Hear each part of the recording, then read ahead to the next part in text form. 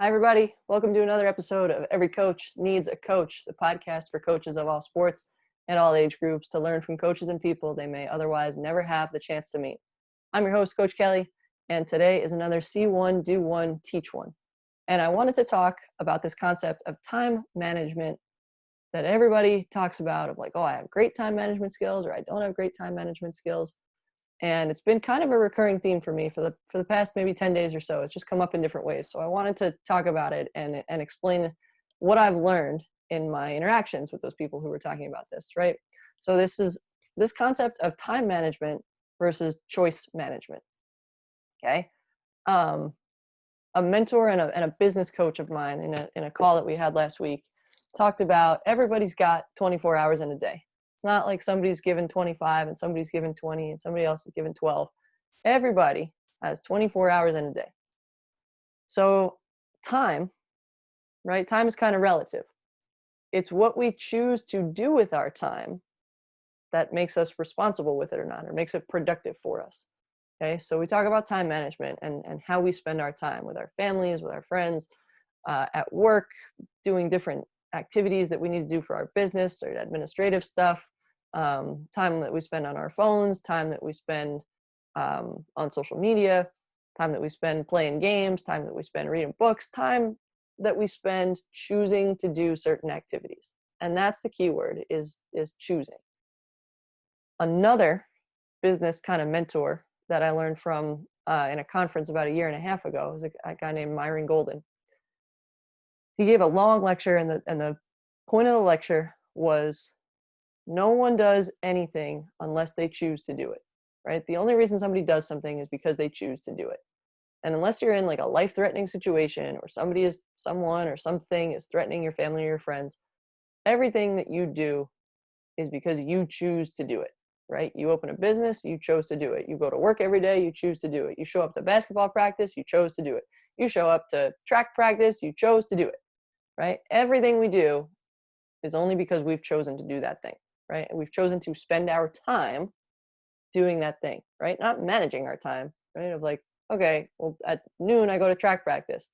All right, at noon, I'm choosing to go to track practice for the purpose of something, right?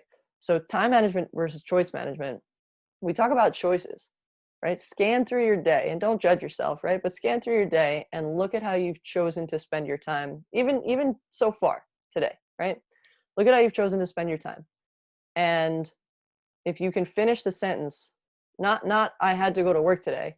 I chose to go to work today because something, because blank, right? Because I needed a paycheck, because I love what I do, because my patients needed me, because I didn't want to stay home. There's so many reasons, but we need to get down to the nitty-gritty of that reason, because that's going to determine our habits of how we manage our time, right? Of how we manage our choices on how we spend our time. So I told you this was becoming like a recurring thing the last 7 or 10 days. Here and now, I just like to pick up any book off my bookshelf and I flip it open and I see what I can learn from it, right? So this happened to be Raise Your Game by Alan Stein Jr. that I picked up.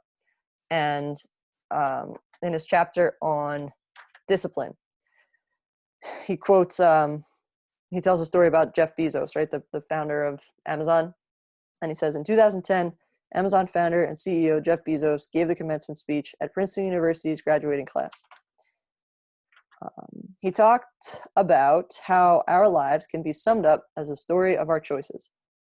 When we are old and sharing our story, the telling that will be the most compact and meaningful will be the series of choices you have made.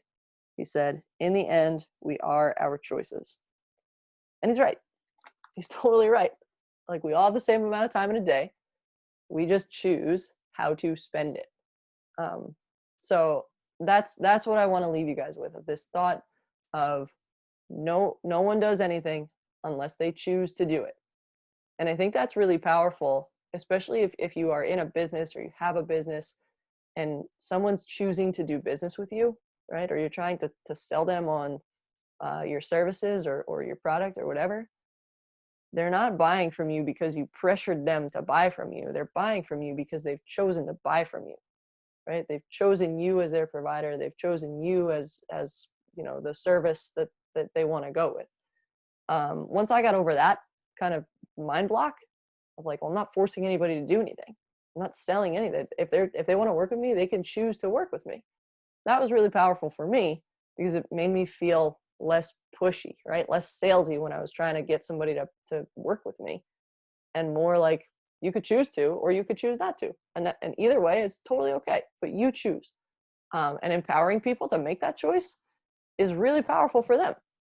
So um, we are the sum of our choices, right? Scan through your day, see how you've chosen to spend your time, and answer the question, I chose to spend my time this way because X, Y, or Z, right? I chose to spend my time watching TV because it helps me relax and I needed to relax.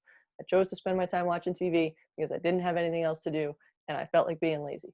I chose to spend the day watching TV because I couldn't watch any more seconds of the news, so I had to watch whatever, something on Netflix. Finish those sentences and start to do kind of like a self-evaluation to see why you're choosing to spend your time the way you are, right? And I think it's a really good way to audit how you're choosing to spend your time, and if it's helping you reach whatever goals or ambitions or anything that you might have. If you don't have goals or ambitions or anything like that, that's okay, right? But think about how you're spending your time and why you're choosing to spend it that way. Okay. That's all I got for you guys today. If you enjoyed this, make sure, just let me know in some way, right? Whether that's in the form of a review, you can drop me an email, something on Instagram, Facebook, whatever it is. Everything is at Dr. Coach Kelli. Keep getting better every day, guys. I appreciate you. You are strong, confident, and beautiful. And I love you. And we'll be back soon. Thanks for hanging out.